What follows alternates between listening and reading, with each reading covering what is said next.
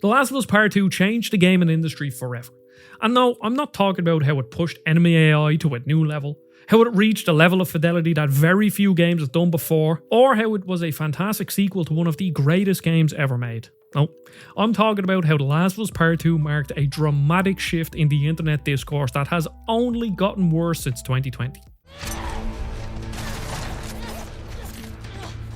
So this video is going to be an all-inclusive look at The Last of Us Part 2, the lead up to launch and how the internet went absolutely bananas over it, my thoughts on the game when it came out as somebody who actually played it and how it coincided with me starting my YouTube journey, and then the ripple effect that it had on the industry even to this day. And then to wrap it all up, I want to talk about what it's like going back to it now on the PS5 at 60 FPS with the roguelike mode, and how it makes me want The Last of Us factions even more. So going back to pre-launch, I was so excited for this game. I mean, it's a new Naughty Dog game. They basically only ever release bangers. I grew up playing Crash Bandicoot 3 on the PS1 and then went on to Jak and Daxter, which is one of the best PS2 games ever made. And then you go on to the PS3 where they released 4 amazing, groundbreaking games. And unfortunately now games take so long to make that we're never going to see a release cadence like that from any AAA developer, really. Like, even if you look at the likes of Insomniac, they release games very quickly, but it was nothing like PS3 era Naughty Dog,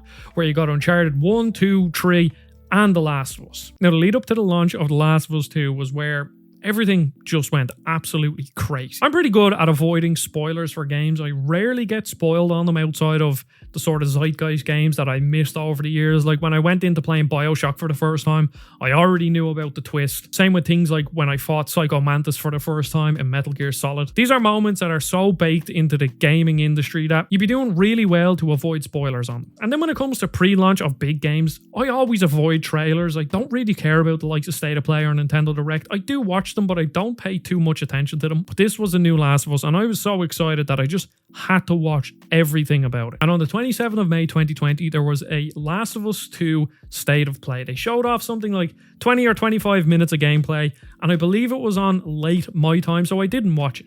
Then I woke up the next morning, I hopped onto YouTube, and I typed The Last of Us 2, and the first search result was The Last of Us Part 2 Joel Death.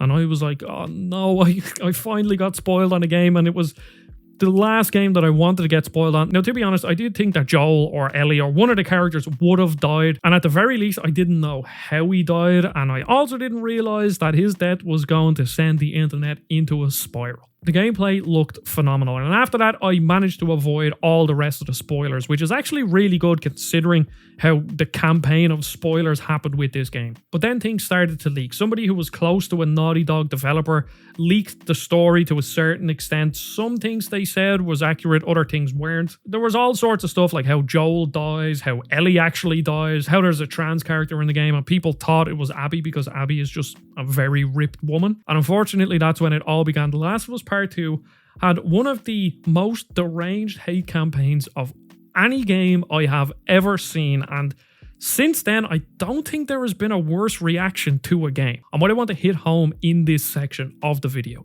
is that the majority of the criticism and the backlash was from people who didn't play the game, and it showed a level of immaturity in the gaming space. See, I think for years the gaming industry was trying to compete with movies and music, and they were trying to get to that level of maturity that those industries have, and a lot of the fan bases of those industries do have. I don't see as much vitriol when I see people discuss music or movies on the internet. There's still a lot, but it's nothing compared to the gaming industry. And of course, when it comes to trans characters and the like in games, there's always going to be a big backlash to it. And unfortunately, it was just to be expected. But where the immaturity was really shown was the people who threw their toys out of the pram because their favorite character died. And yes, of course, I'm talking about Joel, who dies within the first couple of hours of The Last of Us Part 2.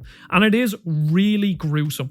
And the amount of people that just created this crazy hate brigade on the game, on the game's creators, because they didn't like the way the story went is absolutely ridiculous. You can sit down and criticize a story on maybe you didn't like how a certain character was developed, or maybe you disliked the structure of it, and there's plenty of criticism to level at The Last of Us in that regard. But to sit down and say that I don't like that Joel died, I'm not going to play the game, I'm going to create this big hate campaign about the game online because simply a character died is it was really immature. And that's what was lost on many people with this game. Because The Last of Us Part 2 is a challenging game to play. Obviously, it can be difficult, especially if you play on the harder difficulties. But what I mean is that it really challenges you to, I don't know, step out of your comfort zone, or the whole plot about revenge is a very typical game plot.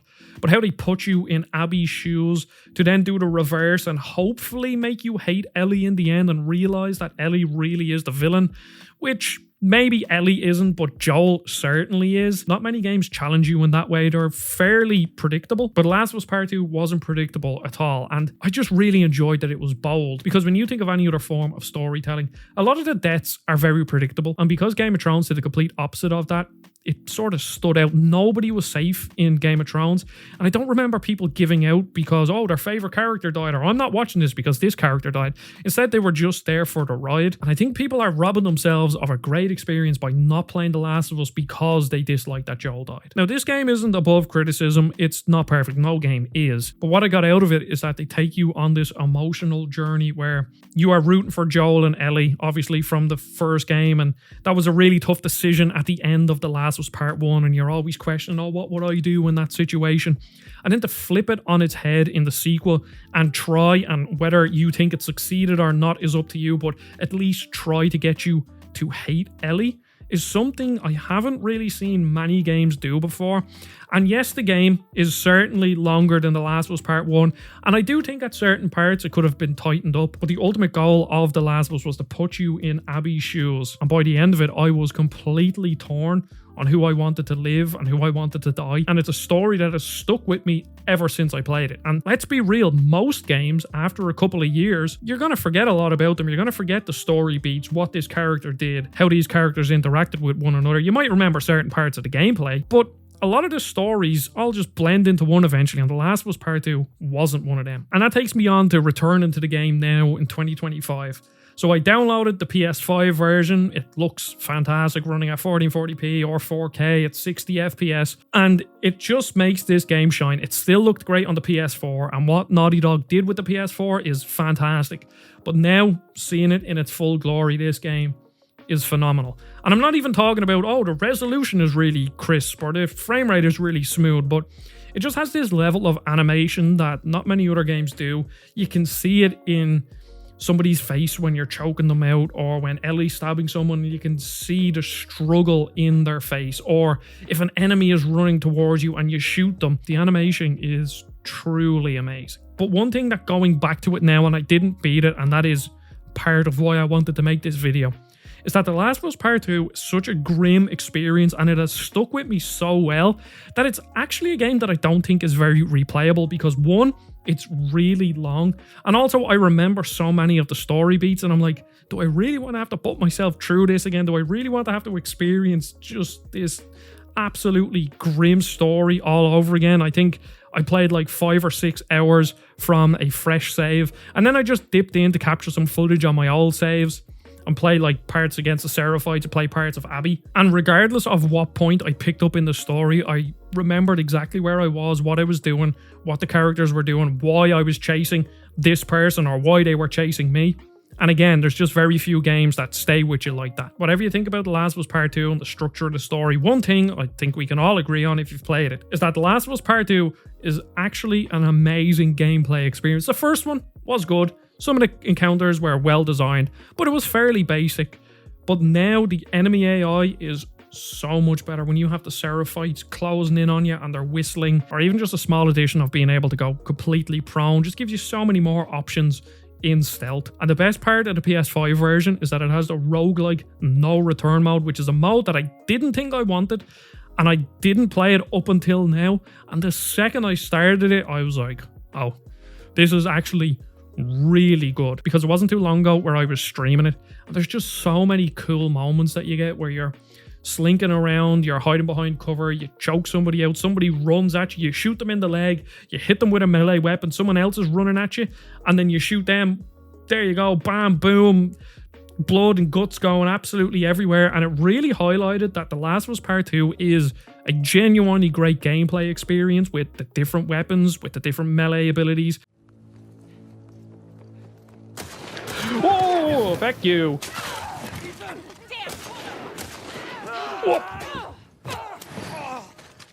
Oh, yeah.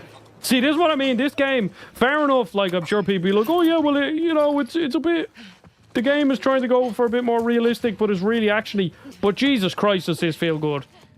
And then when you add in all the little roguelike things of jumping over cover will make you run faster, and you'll get random encounters of random enemy in these sandboxes that were already great levels to exist in, but now you just get it over and over again. You get loads of different bosses, you get loads of different upgrades, and what it made me long for was The Last of Us Factions. Because if Naughty Dog can do this good a job with a roguelike mode that's basically just a little tack on at the end of a PS5 upgrade to the game, what would they have done with The Last of Us Factions? Now, there were some rumors coming out that people have played it and The Last of Us Factions was actually a really good game, and I have absolutely no doubt, because the Factions mode in The Last of Us Part 1 was phenomenal.